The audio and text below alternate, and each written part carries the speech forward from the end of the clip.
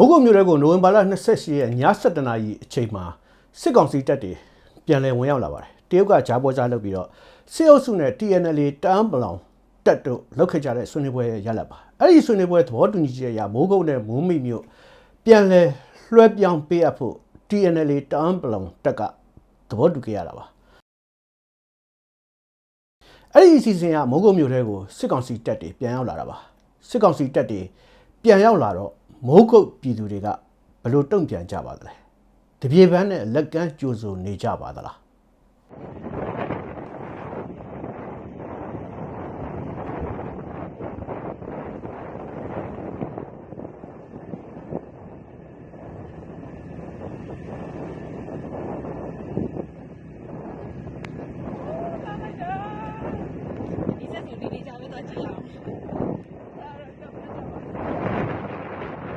ဒီမြင်ကွင်းတွေကိုမြင်ရတာဟာစစ်ကောင်စီအတွက်တော့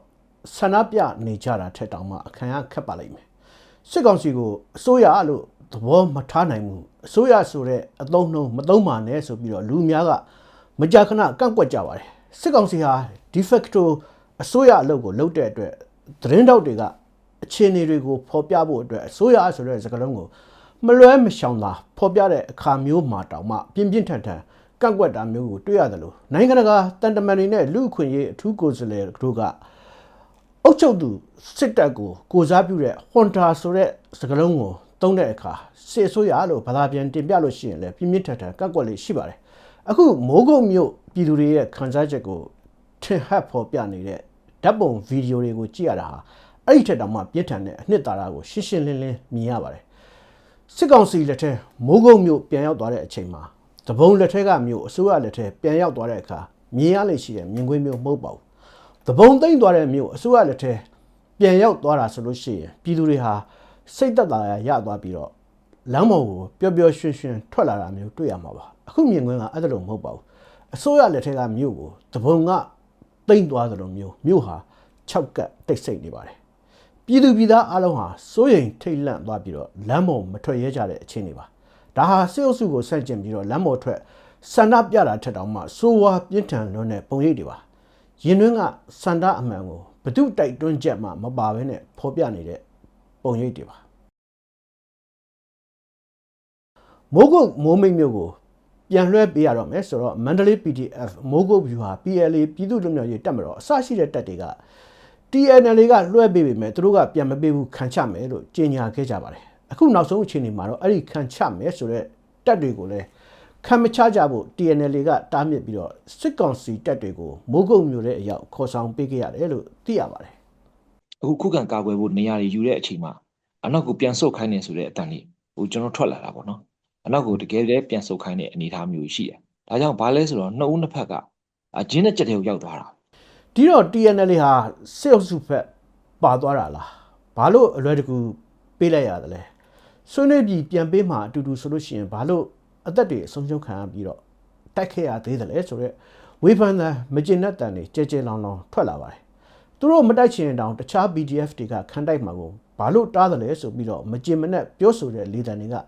ပို့ပြီးတော့တောင်မှလေတံပြစ်ပါတယ်ဒါပေမဲ့ဖြစ်ပျက်သွားတဲ့အဖြစ်အပျက်တွေကိုဆက်တွေးတော့ကြည့်မယ်ဆိုလို့ရှိရင်အဲ့ဒီထက်လေးနဲ့တဲ့အကြောင်းအရာတွေရှိလိမ့်မယ်လို့ခံမှန်းရပါတယ်1992ခုစစ်စင်ရေးပထမပိုင်းအပြီးမှာ TNL ဟာနမ်ဆန်မန်တုံနန်ခမ်းကုတ်ခိုင်နမ်မတူမိုင်းငေါ့မိုင်းလုံမြို့တွေကိုသိမ်းပိုက်နိုင်ခဲ့ပါတယ်1992ခုစစ်စင်ရေးဒုတိယပိုင်းအပြီးမှာတော့မိုးကုတ်မိုးမိတ်တီဘောကြောက်မဲနောင်ချိုမြို့တွေကိုသိမ်းနိုင်ခဲ့ပါတယ်နောင်ချိုအနီးကအရေးကြီးတဲ့စစ်တပ်ရဲ့အမာခံစခန်းတစ်ခုဖြစ်တဲ့တောင်ခမ်းကိုတော့အပြီးအပိုင်မသိမ်းပိုက်နိုင်ပဲရင်ဆိုင်တိုက်ပွဲနဲ့ထိန်းထားနိုင်တဲ့အစ်စ်မှာပဲရှိပါတယ်တောင်ခမ်းကိုသိမ်းပိုက်ပြီးလို့ရှိရင်ပြင်ဦးလွင်မန္တလေးအထိသိမ်းပိုက်နိုင်တော့မယ်လို့ခံမှန်းတွက်ဆထားကြတဲ့အခြေအနေပါအဲ့ဒီအခြေအနေကနေအခုလိုမိုးကုတ်မိုးမိတ်ပြန်ပေးရတဲ့အနေအထားအထိဘယ်လိုလုပ်ပြီးတော့ရောက်လာပါသလဲပထမ9မြို့နောက်5မြို့ဆိုပြီးတော့12မြို့စုစုပေါင်းဒါပတ်1ပတ်2မှာရထားတယ်ပေါ့ရထားတဲ့အခါမှာအဲ့ဒီ12မြို့ထဲမှာနောင်ချိုတောင်ခမ်းဘက်ကဒါပြီးပြက်ဒါသိမ်းပိုက်နိုင်တာမျိုးမရှိဘဲနဲ့ပတ်တင်ဆိုင်နဲ့အနေအထားမျိုးဖြစ်လာတယ်အဲ့အနေအထားမျိုးမှာဘယ်လိုလဲဆို CAPR အစမတန်တဲ့အင်အားပေါ့တာလွန်အင်အားလူဦးရေထောင်ကနန်းတောင်9000လောက်ရှိမဲ့အင်အားတွေနဲ့ထိုးစစ်ဆင်သလိုနီးပညာအရာ drone တွေအစစ်မြင့် drone တွေဒါမျိုးတွေနဲ့လည်းသူက တိုက်လာတယ်ပေါ့ပြီးတော့ကျန်တဲ့အချိန်မှာအဲ့ဒီအချိန်မှာအဓိကဒီပြဿနာကဘာလဲဆိုတော့ထောက်ပို့ကိစ္စတွေပေါ့ဟောဒါတွေလည်းပိတ်ထားပေါ့လမ်းတွေပိတ်ထားတယ်လမ်းတွေပိတ်ထားရဲဆိုတော့ကျွန်တော်တို့သဘောပေါက်အောင်ပါပေါ့ဗျာလိုချင်တဲ့ပစ္စည်းရတွေအခက်အခဲဖြစ်တာပေါ့နော်အဲ့လိုမျိုးဖြစ်တယ်စားနပ်ရိက္ခာတွေလည်းအခက်အခဲဖြစ်တယ်အဲ့ဒါကလည်းတေချာအကွက်ကြစီစဉ်ထားတဲ့ဒါစစ်ကောင်စီနဲ့တရုတ်ရဲ့ဒါပုံစံပဲပေါ့ဒီတိုင်းနဲ့သွားတဲ့အခါကျတော့ဒီမှာအကျက်တွေ့အဲ့လိုအကျက်တွေ့တဲ့အနေအထားမျိုးရောက်လာတော့ဒီလိုနောက်ဆုံးအကျက်တဲကပို့ဆိုးလာတာပေါ့ပြည်သူတွေကိုပါလက်နဲ့ဒီဘုံကျဲပြီးတိုက်ခိုက်တဲ့တတ်တာဖြတ်တာတွေရှိလာတယ်နောက်အခြားစိန်ခေါ်မှုတွေလည်းရှိတယ်အခြားစိန်ခေါ်မှုတွေကျွန်တော်တို့မမြင်ရနိုင်တဲ့ဖိအားမျိုးစုံပေးကောင်းပေးလိမ့်မယ်မိုးကုတ်မိုးမိတ်ကိုလက်လွှတ်ရတဲ့အခြေအနေအထိရောက်သွားရတဲ့အကြောင်းကိုပြန်သုံးသပ်မယ်ဆိုလို့ရှိရင် TNLA တခုတည်းကိုကွက်ပြီးကြည့်လို့မလုံလောက်ပါဘူးအခြေအနေတစ်ခုလုံးကိုခြုံငုံသုံးသပ်မှသာပြည့်စုံပါလိမ့်မယ်မိုးကုတ်မိုးမိတ်ပြန်ပေးရလို့မကျေနပ်ကြတာဟာသဘာဝကျပါတယ်ဒေသခံမြို့သူမြို့သားတွေရဲ့မကျေနပ်မှုကပိုလို့တောင်မှကြီးပါသေးတယ်ဒါပေမဲ့အဲ့ဒါလိုပေးလိုက်ရတဲ့အတွက် TNLA တစ်ဖွဲ့တည်းကိုကွက်ပြီးတော့အပြစ်တင်နေတာကတော့ရိုးလွန်းအလွန်ရကြပါတယ်အဲ့ဒါလိုပြန်ပေးလိုက်ရတာဟာတော်လန်ရေးတစ်စုံလုံးနဲ့ဆိုင်ပါတယ်အပြစ်ရှိတယ်ဆိုလို့ရှိရင်တော်လန်ရေးအဖွဲ့တိုင်းအပြစ်မကင်းဘူးလို့တောင်မှဆိုနိုင်ပါတယ်ရှမ်းမြောက်တစ်ခွင်လုံးဆုံရှုံးရသလောက်ဖြစ်သွားပြီးတဲ့နောက်မှာစစ်ကောင်စီဟာတရုတ်ကိုနှုတ်လန်ထိုးတိုက်ခိုက်စာပြုလာပါတယ်အဲ့ဒါလိုအခြေအနေမျိုးမှာဝန်ကြီးမြန်မာနိုင်ငံကိုကမန်းကရန်ရောက်လာပြီးတော့ဘုံမင်းအွန်လိုင်းနဲ့တွေ့ပါတယ်စီး3စီးဆိုတာကိုကြေညာပါတယ်တရုတ်ဂျားပွဲစားလုပ်ပြီးစစ်အုပ်စုနဲ့မြောက်ပိုင်းညီနောင်တွေဆွေးနွေးကြတဲ့ပွဲတွေထွက်ပေါ်လာပါတယ်ဝါကိုကန့်ပလောင်တို့ကိုအကြီးကျယ်ဖိအားပေးလာပါတယ်ကိုကန့်နယ်ကိုလက်နက်အစားအသောက်ဆေးဝါးလျှက်စစ်မီကအစ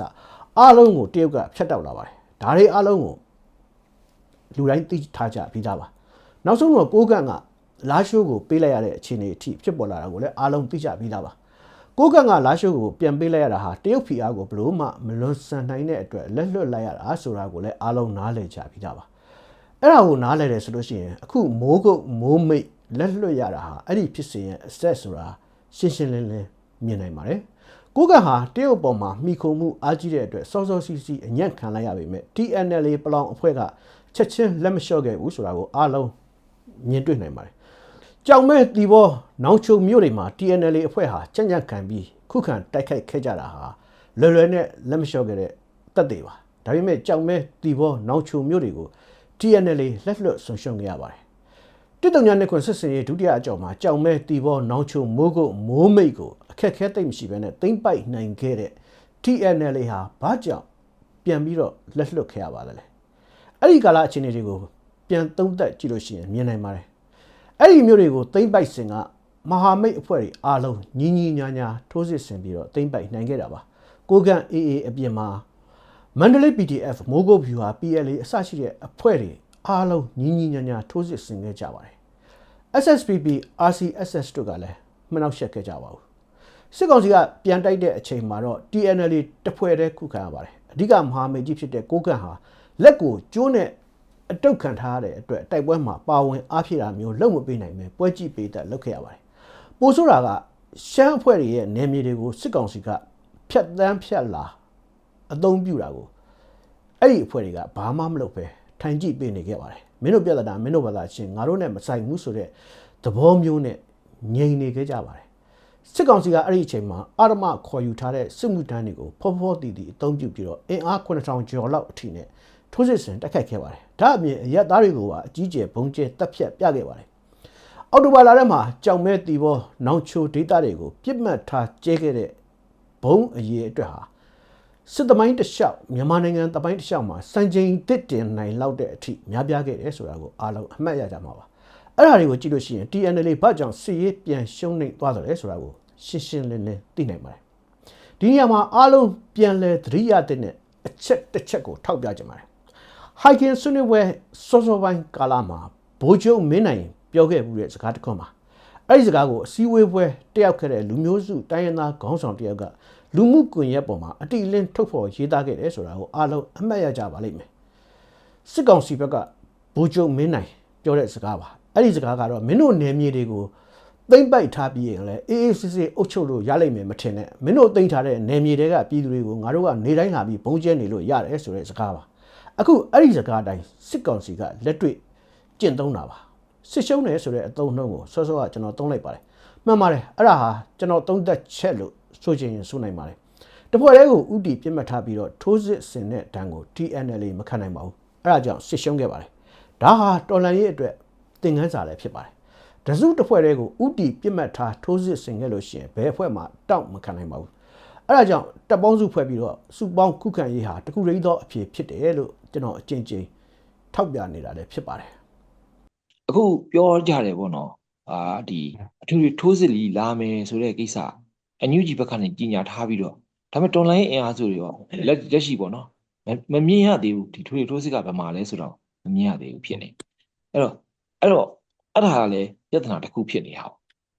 တချို့တိုင်းသားတွေကအဲ့ဒီပုံမှာမျောလင့်ချက်နဲ့ရင်းနှီးပြီးတော့တိုက်ခိုက်ခဲ့တာတွေလည်းရှိတယ်ဒါပေမဲ့လက်တွေ့ဖြစ်မလာတဲ့အခါကျတော့သူတို့အတွက်ကအချိန်နဲ့ကုန်သွားတယ်လူလည်းပါသွားတယ်နောက်ပြီးတော့ခုနပြောတယ်နိုင်ငံရေးဂုဏ်သိက္ခာရလည်းပြစ်ဆက်လိုက်ရတာရှိတယ်ဆိုတော့ဒါတွေကပြောမယ်ဆိုရှင်နိုင်ငံရေးအသေးကွဲတဲ့ဇလန်းတွေပေါ့ဗျာအဲ့လိုပဲမြင်ပါတယ်အဲ့လိုမဖြစ်အောင်ကြိုတင်ပြင်ဆင်ထားဖို့လိုတယ်လို့မြင်ကျန်တဲ့အဖွဲ့အစည်းတွေရဲ့ဟန်ချက်ညီထိုးစစ်ရှိမနေတာဟာ TNL ကိုအထီးကျန်ဖြစ်စေခဲ့ပါတယ်အဲ့ဒီအတွက်ကြောင့်ကိုကျော်ကိုသုံးတဲ့စကားလုံးကိုသုံးရလို့ရှိရင် TNL ဟာနိုင်ငံရေးအသေးကွဲဝေဒနာခံစားခဲ့ရပါတယ် NUG ရဲ့အထွေထွေထိုးစစ်ဆိုတာဖြစ်မလာတဲ့အပေါ်မှာ TNL နဲ့နှီးစပ်တဲ့သူတွေကအပြစ်တင်ခြင်းတဲ့သဘောပြောဆိုတာမျိုးကြားကြရပါတယ်ဒါပေမဲ့ NUG ရဲ့အထွေထွေထိုးစစ်ဆိုတာကိုဘယ်သူကမှသိအလေးနဲ့မထားကြပါဘူးပုံမှန်လင်းလင်းပြောရရင်အာကိုယုံကြည်ပြီးတော့မျော်လင့်နေတာမျိုးမရှိကြပါဘူး NUG ဟာအဲ့ဒါလိုပဲလေမုံတိုင်းမကြာခဏဆင်လေးရှိတယ်ဆိုတာကိုတော်တော်များများသိကြပြီးသားပါအဲ့ဒါကို TNL ကအမှန်တကယ်ယုံကြည်မျှော်လင့်နေခဲ့တယ်ဆိုရင်တောင်မှအံ့ဩဖို့ကောင်းပါတယ်ဒါပေမဲ့မိုးကုတ်မိုးမိတ်ပြန်ပေးလိုက်တဲ့အခါမှာသူတို့ကိုအားလုံးကဝိုင်းပြီးတော့ထိုးနှက်တိုက်ခိုက်အပြစ်တင်လာတဲ့အတွက်သူတို့ဘက်ကအပြစ်ပြန်ရှာထောက်ပြတာမျိုးလည်းဖြစ်နိုင်ပါတယ်တကယ်တော့ NUG ကအမှန်တကယ်ထိုးစစ်ဆင်မှာလားမဆင်ဘူးလားဆိုတာဟာသူတို့ခေါင်းဆောင်အချင်းချင်းဆက်သွယ်မေးမြန်းစုံစမ်းကြည့်လိုက်လို့ရှိရင်ရိပ်မိနိုင်တဲ့ကိစ္စမျိုးပါကျွန်တော်တို့ Think Media ရဲ့ဗီဒီယိုတွေကိုတစ်ခုလုံးကူးယူတာဖြတ်တောက်ပြင်ဆင်ပြီးတော့ပြန်တင်တာတွေမလုပ်ကြဘူးမေတ္တာရက်ခံပါတယ်အဲ့ဒါလို့ခိုးကူးပြန်တင်လုပ်တာတွေဟာမီဒီယာရဲ့ရက်တည်ရေးအတွက်ကြီးကြီးမားမားအဟံအတားအနှောက်အယှက်ဖြစ်လာနေပါတယ်ပြည်သက်များအနေနဲ့လည်းခိုးကူးပြန်တင်တာတွေကိုအားမပေးကြဘဲနဲ့မူရင်း TM Media YouTube မှာသာကြည့်ရှုအားပေးခြင်းအပြင်မီဒီယာရေရှည်ရက်တည်နိုင်ရေးကိုအားပေးကူညီကြပါလို့မေတ္တာရက်ခံပါတယ်ခင်ဗျာ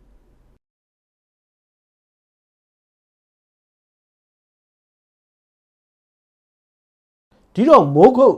မိုးမိတ်မြို့တွေကို TNL ဟာဘာကြောင့်ပြန်ပေးလိုက်ရတာလဲဆိုတော့ပြန်မပေးလို့ရှိရင်တိုက်ပြီးသိမ်းယူတာခံရမှာမို့လို့မတက်တာတဲ့အဆုံးမှာညှိနှိုင်းပြီးတော့လက်လျှော့ပြန်အပ်လိုက်ရတာပါပဲဒါဟာ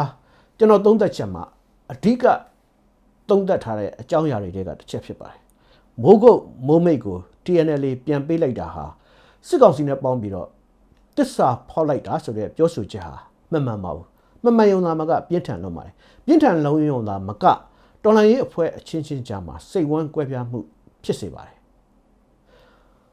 မိုးကုတ်မိုးမိတ်ကို TNL ကဘာသဘောတူညီချက်တွေနဲ့ညှိနှိုင်းပြီးတော့ပြန်ပေးလိုက်တာပါလေဆိုတဲ့မေးခွန်းကိုတော်တော်များများသိချင်ကြပါတယ်မေးမြန်းကြပါတယ်သဘောတူညီချက်ကိုလူအများမဖတ်ကြရတယ်လို့ကျွန်တော်လည်းမဖတ်ရပါဘူးဒါကြောင့်အတိအကျမပြောနိုင်ပါဘူးဒါပေမဲ့သဘောတူညီချက်ကိုဖတ်မကြည့်ပဲသိနိုင်တဲ့အချက်တွေထင်ထင်ရှားရှိပါတယ်ဆက်သုံးသပ်ကြည့်ရင်မြင်နိုင်ပါတယ်မိုးကုတ်မိုးမိတ်ဘာကြောင့်ပြန်ပေးလိုက်ရတယ်လဲဆိုတော့စစ်ရှုံးလို့ပြန်ပေးလိုက်ရတာပါနမ်ဆန်မန်တုံနမ်ခန်းကုတ်ခိုင်နမ်မတူမိုင်းငေါ့မိုင်းလုံးဆိုတဲ့ကြံတဲ့မြို့9မြို့ကိုစက်ထိန်ထားနိုင်ရေးအတွက်မိုးကုတ်မိုးမိတ်ကိုပြန်ပေးလိုက်ရတာပါစစ်ကောင်စီနဲ့အဓိကအပေးယူလုပ်ပြီးတော့သဘောတူညီလိုက်ရတဲ့အချက်ဟာတော်တော်လေးမြင်သာတယ်လို့ထင်ပါတယ်မိုးကုတ်မိုးမိတ်ကို TNL ကပြန်ပေးရမယ်စစ်ကောင်စီဘက်ကကြံတဲ့9မြို့ကိုထိုးစစ်ဆင်တာရပ်ဆိုင်ပေးရမယ်ဆိုတဲ့အချက်ပဲဖြစ်ပါလိမ့်မယ်ဒါဆိုလို့ရှိရင်မိုးကုတ်မိုးမိတ်ကိုကြံတဲ့တော်လှန်ရေးအဖွဲ့တွေကခုခံတိုက်ခိုက်မယ်လို့ပြောတဲ့အခါမှာ TNL ကဘာကြောင့်တားမြစ်တယ်လဲဆိုတဲ့အချက်ပေါ်မှာလဲနားလည်နိုင်ကြလိမ့်မယ်ထင်ပါတယ်ကြံတဲ့တော်လှန်ရေးအဖွဲ့တွေဟာ TNL အပေါ်မှာမိခိုသူတွေဖြစ်နေတယ်ဆိုတဲ့အချက် TNL ဩဇာတက်ရောက်တဲ့အဖွဲ့တွေဖြစ်နေတယ်ဆိုတဲ့အချက်တွေကို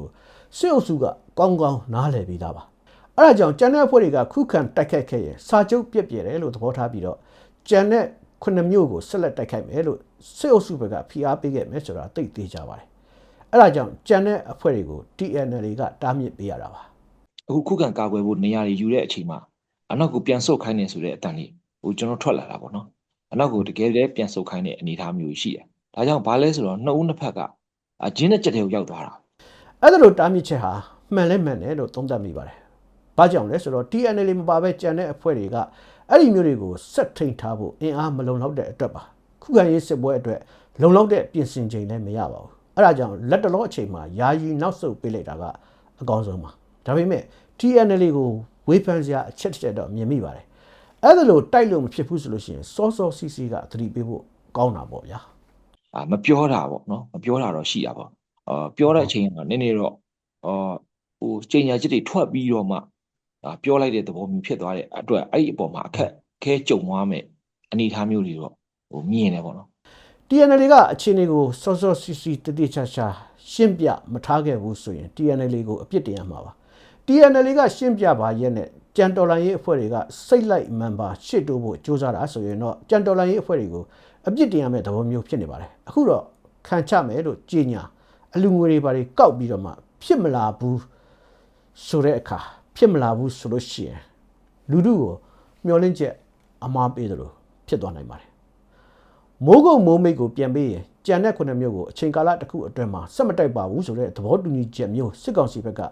ပေးပါမလားအဲ့ဒါလိုပေးရဆိုတာဖြစ်နိုင်ပါမလားဆိုတဲ့အချက်ကိုကျွန်တော်တို့ဆက်ပြီးတော့သုံးသပ်ကြည့်အောင်ပါစစ်ကောင်စီမှာတိုက်နိုင်တဲ့အင်အားရှီရိုးမှန်ရင်စက်တိုက်မှာပေါ့အခုလိုမိုးကုတ်မိုးမိတ်ပြန်ရရုံနဲ့ကျင့်တတ်ပါမလားလို့တချို့ကမေးကြပါလိမ့်မယ်စစ်ကောင်စီမှာစက်တိုင်နိုင်တဲ့အင်အားရှိပါသေးတယ်တကယ်လို့မိုးကုတ်မိုးမိတ်ကိုပြန်မပေးခဲ့လို့ရှိရင်စက်တိုင်မှာပါမိုးကုတ်မိုးမိတ်ကနေကြံတော်လိုင်းရေးအဖွဲ့တွေစက်ခုခံမနေအောင် TNL ကတားမပေးခဲ့လို့ရှိရင်စစ်ကောင်စီကစက်တိုင်မှာပါအဲ့ဒါလို့စက်တိုင်နိုင်တဲ့အင်အားရှိရင်စစ်ကောင်စီကယာယီပဲဖြစ်စီရပ်ထားပေးပါမလားရပ်ချင်ပါမလားဟုတ်ကဲ့ယာယီတော့စစ်ကောင်စီကကြံတဲ့ခုနှစ်မျိုးကိုမတိုက်ဖက်နဲ့ရက်ချင်ပါတယ်တိတ်ကိုရက်ချင်ပါတယ်ဘာကြောင့်ရက်ချင်တယ်လဲဆိုတော့ဒီနေရာမှာရက်ပြီးတော့တခြားနေရာတွေကိုတွားဖိကျင်လို့ပါသူတို့အတွက်အပူတပြင်းဖြစ်နေတဲ့တခြားနေရာ6ခုကြံပါသေးတယ်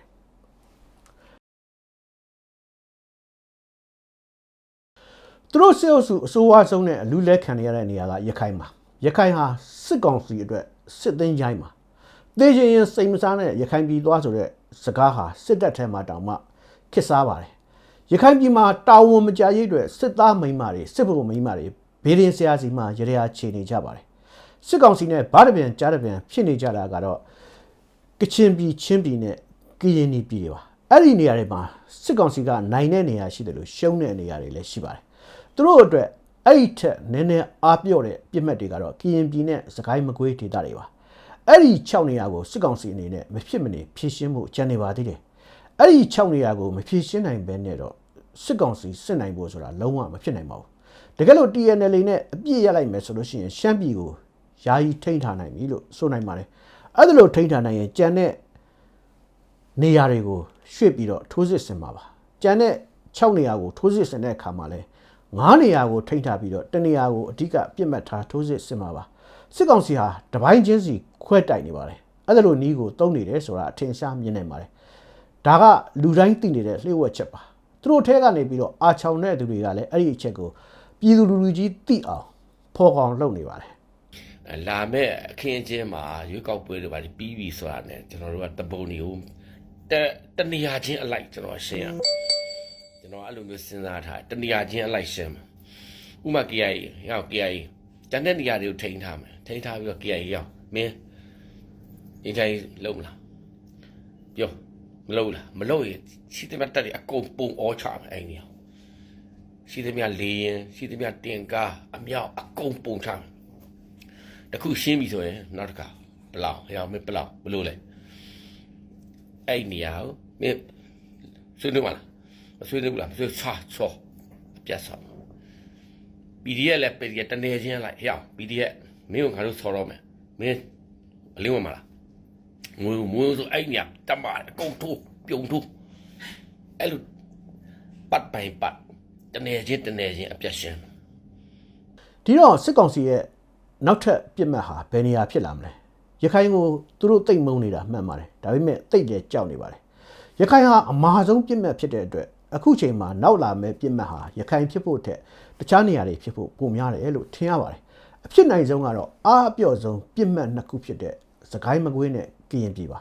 ကရင်ပြည်ကိုလောလောဆယ်သူတို့ထိန်းထားနိုင်ပါတယ်ဒါပေမဲ့ကရင်ပြည်ထဲမှာသူတို့အတွက်အပူတပြင်းပြဿနာရှိနေပါတယ်အဲ့ဒါကကြားဖြန့်ပြဿနာပါကြားဖြန့်ကိစ္စအကြောင်းပြုပြီးတရုတ်သားမကအခုအမေရိကန်ကပါခြေလန်းနေပြင်းနေတယ်ဆိုတော့ကရင်ပြည်ဟာသူတို့အတွက်နောက်ထပ်ပြစ်မှတ်ဖြစ်ကောင်းဖြစ်နိုင်ပါတယ်ဒါပေမဲ့ဖြစ်ဖို့ပုံများတာကစကိုင်းမကွေးလို့ထင်ပါတယ်စကိုင်းမကွေးဟာအခုဆိုလို့ရှိရင်ညီညွတ်ရေးပြက်ပြားပြီးတော့စစ်အုပ်စုအနေနဲ့မျက်စိကြားစရာပြစ်မှတ်ဖြစ်နေပါတယ်စကိုင်းမကွေးမှာတော်လန်ရေးအဖွဲ့အချင်းချင်းပြဿနာရှာတာတွေဖြစ်ပေါ်နေပါတယ်အဲ့ဒါဟာစကိုင်းမကွေးရဲ့အားနည်းချက်တစ်ချက်ပါစကိုင်းမကွေးမှာရှိတဲ့တော်လန်ရေးအဖွဲ့တချို့ဟာတယန်ဇာတာကိုဖင်ခုထိုင်ပြီးတော့စစ်မတိုက်ဖဲစီးပွားရှာနေပါတယ်တော်လန်ရေးစိတ်သက်ပြက်ပြားနေပါတယ်အဲ့ဒါကဒုတိယအားနည်းချက်ပါစကိုင်းမကွေးဟာ NUG လက်အောက်ခံ PDF ပကဖတွေအားကောင်းတဲ့ဒေတာပါဒါပေမဲ့ NUG ဟာလောလောဆယ်ဖွဲ့စည်းပုံပြတ်နေပါတယ် NUG ဟာသူ့အောက်က PDF နဲ့ပကဖတွေကိုတောင်းကောင်းကောင်းမအုပ်စီးနိုင်တယ်လို့ဖြစ်နေပါတယ်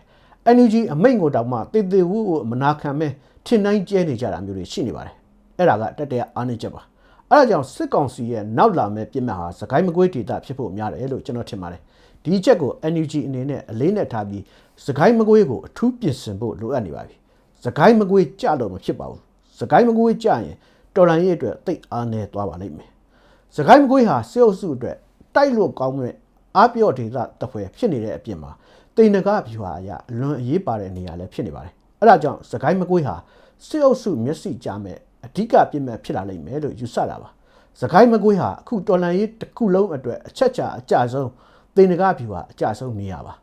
တော်လန်ရေးကြီးတစ်ခုလုံးရဲ့အသေးနှလုံးနေရာဘိုးအချက်ချာနေရာလို့တောင်မှဆိုနိုင်ပါတယ်စကိုင်းမကွေးကဘာကြောင့်တိန်နဂါဗျူဟာအရအရေးပါတယ်လဲဆိုတာကရှင်းပါတယ်စကိုင်းမကွေးဒေတာဟာကချင်ပြည်ချင်းပြည်ရခိုင်ပြည်တွေနဲ့ဆက်ဆက်နေပါတယ်စစ်ကောင်စီရဲ့အသက်နှလုံးဖြစ်တဲ့မန္တလေးတိုင်းနဲ့နေပြည်တော်ကိုလည်းချိတ်ချောက်နိုင်တဲ့နေရာဖြစ်နေပါတယ်အိန္ဒိယဘက်ထွက်ပေါက်ရှိတဲ့နေရာလည်းဖြစ်ပါတယ်အဲ့ဒီနေရာအလုံးကိုဆက်သွယ်ပေးနိုင်တဲ့နေရာလမ်းကြောင်းတစ်ဖွဲ့လည်းဖြစ်နေပါတယ်အဲ့ဒါကြောင့်စကိုင်းမကွေးဟာနောက်လာမဲ့ပြစ်မှတ်ဖြစ်နိုင်ပါတယ်ဗမာပြည်ကွန်မြူနတီပါတီရဲ့အရင်အတွင်းမှုရဲဘော်ထွန်းကစစ်အုပ်စုကြရှုံးဖို့ဆိုလို့ရှိရင်ARD မြေဝန်းဒေတာမှာတနက်တန်ပေါက်ဖို့လိုတယ်လို့ပြောမှုတာလည်းရှိပါတယ်ရဲဘော်ထွန်းဟာဂျပန်တော်လှန်ရေးကာလကတည်းကတော်လှန်ရေးလှုပ်လာတဲ့သူတစ်ယောက်ပါဒီစကားကိုသူပြောတာဟာအခြေအနေအရက်ရက်ကိုအများကြီးသုံးသပ်ပြီးတော့မှပြောထားခဲ့တာဖြစ်မယ်လို့ယူဆရပါတယ်ရဲဘော်ထွန်းပြောတဲ့ ARD မြေဝန်းဒေတာမှာတနက်တန်ပေါက်ဖို့ဆိုတာစကိုင်းမကွေးဒေတာကိုရည်ညွှန်းပြောဆိုတာပါအခု ARD မြေဝန်းဒေတာမှာတနက်တန်ပေါက်တာဟာစစ်အုပ်စုကြာရှုံးတော့မဲ့အတိတ်နမိတ်လို့လည်းဆိုနိုင်ပါတယ်အဲ့ဒါကြောင့်စကိုင်းမကွေးကိုကာကွယ်ဖို့လိုအပ်ပါတယ်စကိုင်းမကွေးကိုတနိုင်ငံလုံးကလူမျိုးစုတိုင်းရင်းသားတွေအပါအဝင်အားလုံးကဝိုင်းဝန်းကာကွယ်ကြဖို့လိုပါတယ်ဘာကြောင့်လဲဆိုတော့စကိုင်းမကွေးမကြရှုံးရေးဟာပြည်မနေလူမျိုးစုရဲ့အရေးတသက်မဟုတ်ဘဲနဲ့တနိုင်ငံလုံးရဲ့အရေးဖြစ်နေလို့ပါစစ်အုပ်စုက TNLA-C ကနေညှိနှိုင်းတောင်းယူလိုက်တဲ့နေရာဟာမိုးကုတ်မိုးမိတ်ဖြစ်နေတာကိုအထူးသတိပြုဖို့လိုအပ်ပါလိမ့်မယ်သူတို့တောင်းယူတဲ့နေရာဟာမိုးကုတ်မိုးမိတ်ဖြစ်နေတဲ့အတွက်စစ်အုပ်စုရဲ့နောင်လာမဲ့ပြစ်မှတ်ဟာစကိုင်းမကွေးဖြစ်နိုင်လောက်တယ်လို့ယူဆစရာဖြစ်ပါတယ်မဟာဗျူဟာချက်ချာကြတဲ့နေရာကြီးသူတို့ကထိန်းချင်တာပေါ့အဓိကအညာနဲ့ဒါရှမ်းမြောက်နဲ့ဆက်သွယ်ထားတဲ့လမ်းကြောင်းကတော့ဒီမိုးကုတ်မိုးမိတ်လမ်းကြောင်းမိုးမိတ်ဆိုလို့ရှိရင်ဟိုဘက်မှာဆိုကချင်ပြည်နယ်အထိဒါပေါက်တဲ့လမ်းတွေကချင်ပြည်ထိပေါက်တဲ့လမ်းတွေရှိတယ်ဆိုတော့အဲ့ဒီလိုမဟာဗျူဟာချက်ချာကြတဲ့လမ်းကိုပိတ်ဆို့တာကဘာလို့တွေ့ရလဲဆိုတော့ဒါပုံမှန်လင်းလင်းပြောကြမယ်ဆိုလို့ရှိရင်အညာဒေတာကိုစီးဆင်းနေတဲ့ခဲယမ်းလက်နဲ့လမ်းကြောင်းပိတ်ဆို့တဲ့သဘောပဲမိုးကုတ်မိုးမိတ်ဟာရှမ်းပြည်ကနေစကိုင်းတိုင်းကိုကူးဖို့အတွက်အကောင်းဆုံးလမ်းကြောင်းဖြစ်နေပါတယ်မိုးကုတ်မိုးမိတ်စစ်အုပ်စုလက်ထဲရောက်သွားရုံနဲ့စကိုင်းမကွေးကိုလုံးဝဖြတ်တောက်လိုက်နိုင်တာမျိုးမဟုတ်သေးပေမဲ့အကောင်းဆုံးလမ်းကြောင်းပိတ်သွားတယ်ဆိုတာကိုတော့ညင်းလို့မရပါဘူးမိုးကုတ်မိုးမိတ်ကိုစစ်ကောင်စီစိုးမိုးနိုင်လိုက်ပြီးဆိုရင်ရှမ်းပြည်နယ်ရခိုင်ပြည်ဆက်သွယ်ရေးလမ်းကြောင်းကိုပါတားဆီးနိုင်လိုက်တဲ့သဘောမျိုးဖြစ်သွားပါတယ်ရှမ်းပြည်နယ်ချင်းပြည်ဆက်သွယ်ရေးလမ်းကြောင်းကိုပါတားဆီးနိုင်တဲ့သဘောလည်းဖြစ်သွားပါတယ်အဲ့ဒီတော့ရှမ်းပြည်နယ်စကိုင်းမကွေးဒေသရခိုင်ပြည်ချင်းပြည်တို့ကိုဆက်သွယ်ကြလို့ရှိရင်ကချင်ပြည်ကိုဖြတ်သွားပြီးတော့ဆက်သွယ်ရတော့မဲ့သဘောမျိုးဖြစ်နေပါတယ်ကချင်ပြည်နယ်ကနေပြီးတော့မဟုတ်ပဲတခြားလမ်းကြောင်းတချို့ ရှိနေနိုင်ပါသေးတယ်လမ်းကြောင်းအကုန်ကိုတော့ချဆွေးနွေးဖို့မသင့်တော်သေးဘူးထင်ပါတယ်မိုးကုန်းနဲ့မိုးမိတ်ပေးလိုက်ရတဲ့အတွက်စိတ်သက်ကြဆင်းသွားသူတချို့ရှိပါတယ်။နောက်ချိုတီဘောကြောက်မဲပေးလိုက်ရတာကိုစိတ်သက်ကြသွားသူတွေလည်းရှိပါတယ်။မိုးကုန်းမိုးမိတ်ဟာတင်နဂါဖြူဟာရရေးပါတာမှန်ပါတယ်။နောက်ချိုတီဘောကြောက်မဲပေးလိုက်ရတာကလည်းနှမျောစရာကောင်းပါတယ်။ဒါပေမဲ့စီရေးဆိုတာအတက်ကြရှိတာထုံးစံပါ။တော်လန်ရေးဘက်ကသိမ့်လိုက်နိုင်တာတွေရှိတယ်လို့ပြန်ပေးလိုက်ရတာတွေရှိတတ်တာကလည်းစီရေးသဘာဝပါ။တော်လန်ရေးဒီတရိပ်ရိပ်တက်နေတဲ့အချိန်မှာကလေးကတစ်ချိန်မှာပြန်ပေးရတာတွေရှိလိမ့်မယ်အဲ့ဒါဟာစစ်တဘာဝပဲလို့တော်လန်ရေးသမားကြီးတွေကသတိပေးထားကြပါတယ်မိုးကုတ်မိုးမိတ်ပေးလိုက်ရပေမဲ့ရထားတဲ့မြို့တွေဒေသတွေအများကြီးကြံပါသေးတယ်နယ်မြေစုမိုးရေးဟာအရေးပါပေမဲ့မြို့သိမ်းတင်နဂါအပြူဟာကမှန်ကန်တဲ့စီရေးပြူဟာမဟုတ်ပါဘူးရှမ်းမြောက်မှာမြို့သိမ်းတိုက်ပွဲတွေဆင်နွှဲနိုင်တာကအရေးပါတဲ့အောင်မြင်မှုတွေကိုထပ်ဆင့်သယ်ဆောင်လာနိုင်ပေမဲ့တနိုင်ငံလုံးအတိုင်းအတာနဲ့ကျင့်သုံးတင်တာကတော့ပျောက်ကြားစစ်မဟာဗျူဟာဖြစ်ပါတယ်မြို့သိမ်းရေးစခန်းသိမ်းရေးကိုအဓိကမထားပဲရန်သူချေမုန်းရေးနဲ့တက်တီဆောက်ရေးကိုအခုအဆင့်မှာဦးစားပေးနေပါသေးတယ်မြို့သိမ်းနေဆိုတာခံစစ်တဲ့အခြေအနေကိုကြာရောက်သွားတာလည်းဖြစ်ပါတယ်မြို့သိမ်းပြီးလို့ရှိရင်မြို့ကိုခုခံရပါတယ်မြို့ကိုခုခံဖို့ဆိုလို့ရှိရင်ရန်သူကအပြင်ကနေပြီးတော့စစ်အရှင်နဲ့နေရာအရှင်နဲ့ပုံတရံအရှင်နဲ့လှုပ်ရှားထိုးစစ်ဆင်ပြီးတော့ကိုယ့်ဘက်ကတော့ခံစစ်တွေနဲ့ခုခံရတာမျိုးဖြစ်သွားပါတယ်ဒီမျိုးကိုသိမ်းရတာလွယ်ရင်တော့မှထိန်းရတာခက်တယ်ဆိုတဲ့အယူအဆရှိတယ်ပေါ့နော်ဒီနိုင်ငံရေးစစ်ရေးမှာမိုးကုတ်မိုးမိတ်ဟာအရေးပါပေမဲ့အဲ့ဒီနှစ်မျိုးပါသွားတာလောက်နေတော့စစ်မရှုံးနိုင်ပါဘူးဒါပေမဲ့တော်လန်ရေးတော့သွားပါပြီကွာလို့ထင်ပြီးတော့စိတ်သက်ကြရင်တော့စစ်ရှုံးတတ်ပါတယ်စိတ်သက်ဟာအရေးကြီးပါတယ်အောင်မြင်တာလေးတွေးလိုက်တဲ့အချိန်မှာစိတ်သက်တအားတက်ကြွသွားတဲ့လူတွေဟာစိတ်သက်ကြလဲလွယ်တတ်ပါတယ်အခုချိန်မှာ